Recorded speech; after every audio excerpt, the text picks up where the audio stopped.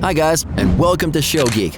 Last year, fans of the Marvel shows on Netflix, aka the Defenderverse, received a tough blow when the last of these shows finally got the axe. Jessica Jones and The Punisher were the last of the fan favorites to get cancelled in the ongoing war between Netflix and Disney at the time.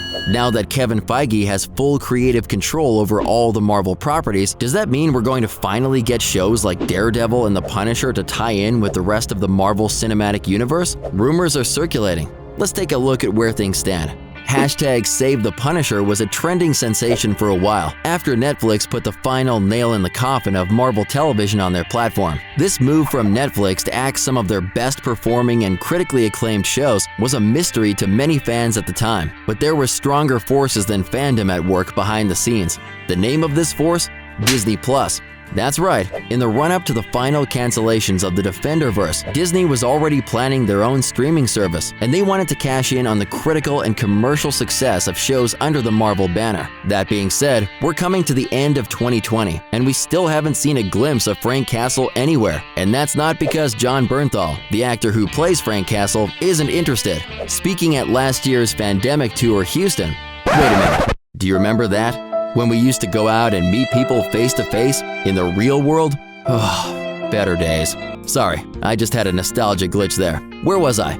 Ah, yes. Speaking to fans last year, Jon Bernthal said that he had no intention of moving off Frank Castle anytime soon. So what has he been saying this time? Well, in an interview over with the Geek House show, Jon Bernthal, addressed the enormous Punisher fandom and the prospect of a third season appearing somewhere down the line. It's unbelievably humbling how much people responded to this version of Frank, and I can't tell you how much it means to me, because he means so much to me. He's in my blood, he's in my bones, so it's not about whether we do a third season, it's about getting it right and doing the version that the fans really deserve. We'll see.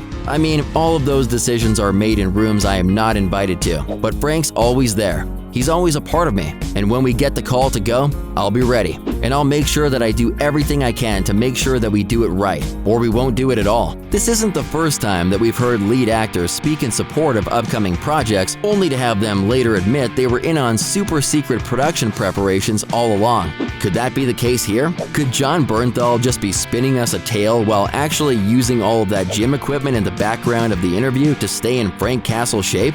Well, if that is the case, then fans still shouldn't get their hopes up too much because of a sneaky little contract Netflix signed with Marvel Television. The original deal between the two companies was for 5 series, but there was a clause that said once Netflix canceled them, none of those characters could appear anywhere other than Netflix for 2 years. This meant that Disney couldn't show Daredevil until the end of 2020, and Jessica Jones wouldn't appear till 2021. However, The Punisher might not fall under this deal, since it was ordered after the other 5 series. So, does this mean we might see the return of Frank Castle first? We certainly hope so. A little blood, guts, and vengeance is just what we need going into 2021. What are your thoughts on Jon Bernthal's return as Frank Castle?